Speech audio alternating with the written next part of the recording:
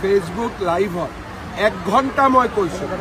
আৰু যদি কিবা ক'ব লাগে মই ফেচবুকৰ জৰিয়তে ক'ম কাৰণ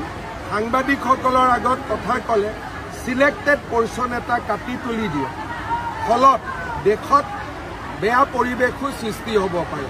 সেইকাৰণে এই ঘটনাটোৰ সম্পৰ্কত মই যি ক'ব লাগে ফেচবুকৰ জৰিয়তে ক'ম যাতে গোটেই অসমৰ মানুহে কথাখিনি একেলগে শুনিব পাৰে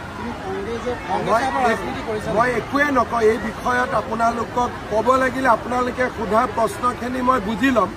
উত্তৰখিনি কিন্তু মই ফেচবুকৰ জৰিয়তে দিম যাতে সকলোৱে একে কথা শুনিব পাৰে একে কথা বুজিব পাৰে নহ'লে এটা টিভি এটা কাটিব এটা টিভি এটা কাটিব আৰু পৰিৱেশটো বেয়া হোৱাৰ সম্ভাৱনা থাকে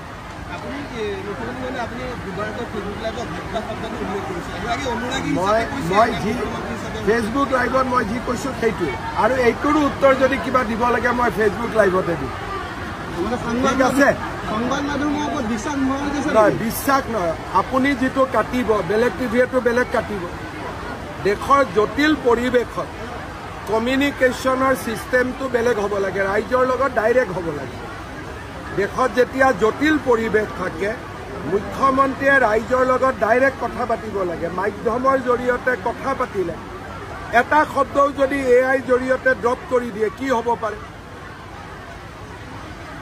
সিদিনা এখন মানে কান্দি থকা ফটো এখন হাঁহি থকা ফটো কৰি দিলে